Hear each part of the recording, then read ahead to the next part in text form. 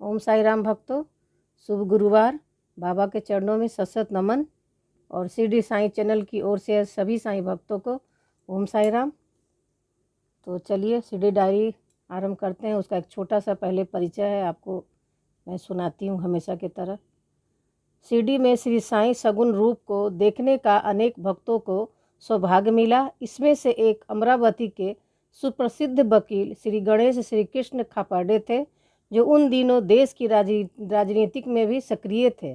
श्री खापाडे सन 1910 से लेकर 1918 में बाबा की समाधि पर्यंत 5 बार शिरडी गए और बाबा के निर्देश के अनुसार कुछ दिनों से लेकर कुछ महीनों की अवधि तक उनके प्रत्यक्ष संपर्क में शिरडी में रहे। श्री खापाडे नियम से दैनिक डायरी लिखते थे, इसीलिए शिरडी में रहते हुए उन्होंने अपनी दैनिक डायरी में जो दर्ज किया वह ऐतिहासिक रूप से अत्यंत महत्वपूर्ण है। श्री खापाडे की दैनिक डायरी की उन प्रविष्टियों को शिरडी डायरी के नाम से प्रकाशित किया गया है। इसमें श्री साईं बाबा के दिव्य व्यक्तित्व, क्रियाकलाप, हाव भाव, लीलाएं और उन दिनों शिरडी के परिवेश और जनमानस की अद्भुत झलक है। तो चलिए हम शिरडी डायरी पढ़ते हैं। 7 जनवरी 1912 सुबह मैं जल्दी उठ गया और काकड़ आरती में उपस्थित हुआ। साईं महाराज अतीब आनंदित दिखाई पड़े और उन्होंने यौगिक दृष्टि डाली। मैंने पूरा दिन एक प्रकार की भावातिरेक स्थिति में बिताया।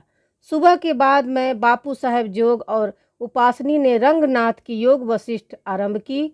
फिर हमने साईं महाराज के बाहर जाते हुए दर्शन किए और इस अंतराल में मैं कुछ मुसलमान नौजवानों से बात करने बैठा जो मस्जिद में आए थे। उनमें से एक ने कुछ आयतें कहीं। मध्या आरती में देर हुई। साईं बाबा ने एक बहुत अच्छी कहानी शुरू की। वे बोले कि उनके पास एक बहुत अच्छा कुआं था, उसका पानी आसमानी नीला था और उसका जल भंडार अक्षय था। 4 मेढे भी उनके पानी को खाली नहीं कर सकते थे और उस पानी से पैदा हुए फल अत्यधिक शुद्ध और स्वादिष्ट थे। उन्होंने इसके आगे कहानी जारी नहीं रखी। दोपहर को दीक्षित ने रामायण के 2 अध्याय पढ़े। उपासनी, मैं, राम, मारुति और दीक्षित उपस्थित थे। फिर हम लोग साईं बाबा के पास गए और उन्हें सैर के लिए जाते हुए देखा। जब अंधेरा हो रहा था तब वे नाराज हुए, बल्कि उन्होंने ऐसा दिखलाया कि वे लकड़ी काटने वाली औरतों से नाराज हुए हैं। रात को भीष्म का भजन और दीक्षित की रामायण हुई। ओम साई राम भक्तों, जिसका अब अगले हम पढ़ेंगे अध्याय में।